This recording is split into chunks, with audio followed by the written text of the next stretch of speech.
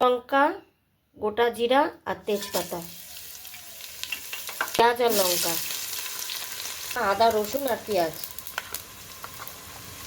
একসাথে বেটে নিয়েছি। মশলাটা দিয়ে দেবো, ধোয়া জলটা, কাঁচা লঙ্কা চিড়ে নিয়েছি আর টমেটো, হলুদ গুঁড়ো দিয়ে দেবো, লবণ,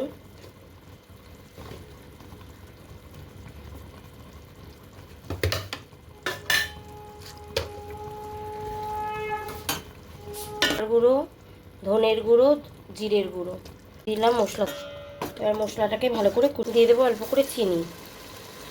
অল্প কষে গেছে, এই পর্যায়ে আমি দিয়ে দেব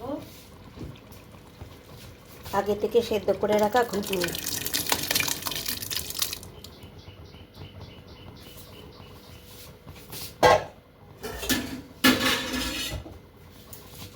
আর দিয়ে দেব ভাপিয়ে রাখা আলু।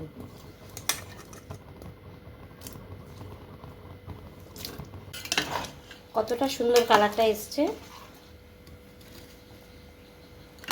তোমরা কতটা বুঝতে পারছো আমি জানি না।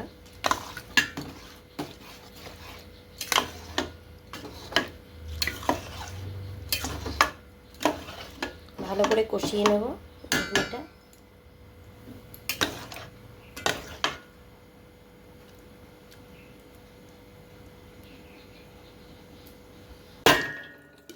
আর তেজপাতা, পেঁয়াজ আর লঙ্কা,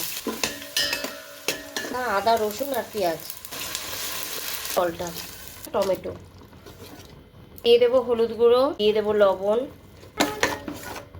জিরের গুঁড়ো দিলাম, মশলা ধোয়া জল ভালো করে মিশিয়ে নেব। দিয়ে দেবো অল্প করে চিনি,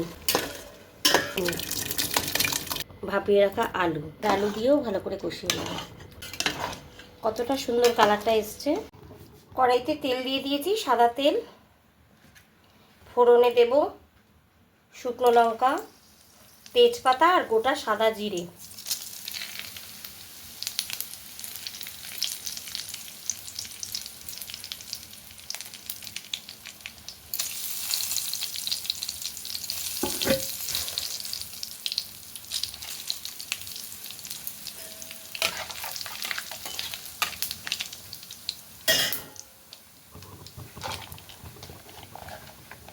এবার দিয়ে দেবো নারকেলগুলো, কুচিয়ে রেখেছি সেই নারকেলগুলো।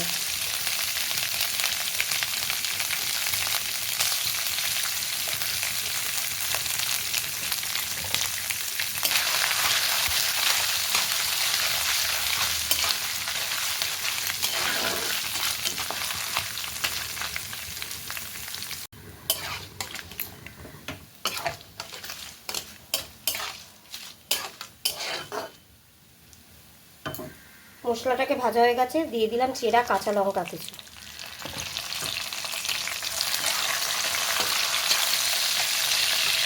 ভালো করে ভাজা ভাজা হয়ে গেছে, এবার দিয়ে দেবো বেটে রাখা মশলাটা।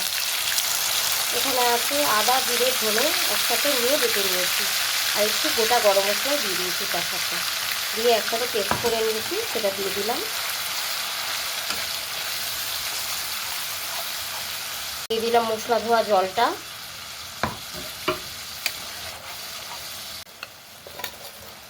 হলুদ গুঁড়ো,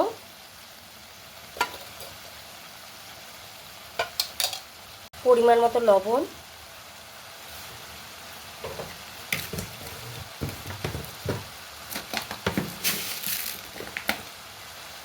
আর দিয়ে দিলাম একটু মিষ্টি।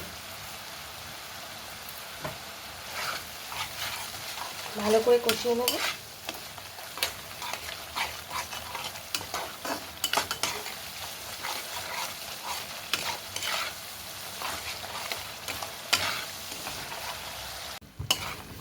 মশলাটা আমার ভালোভাবে কষানো হয়ে গেছে।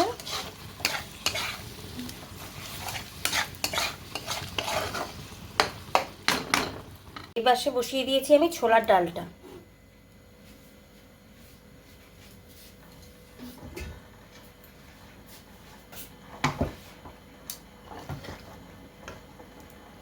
যে মশলাটা কষিয়ে নিয়েছি সেই মশলাটা এবার এর মধ্যে দিয়ে দেবো।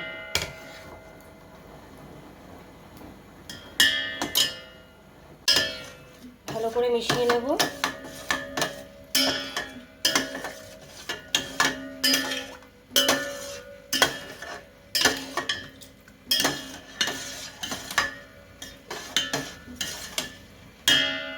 এবার দিয়ে দেব কড়াইতে যে মশলাটা কষিয়েছি, মশলা ধোয়া জলটা দিয়ে দিলাম, দিয়ে ভালো করে মিশিয়ে দেবো।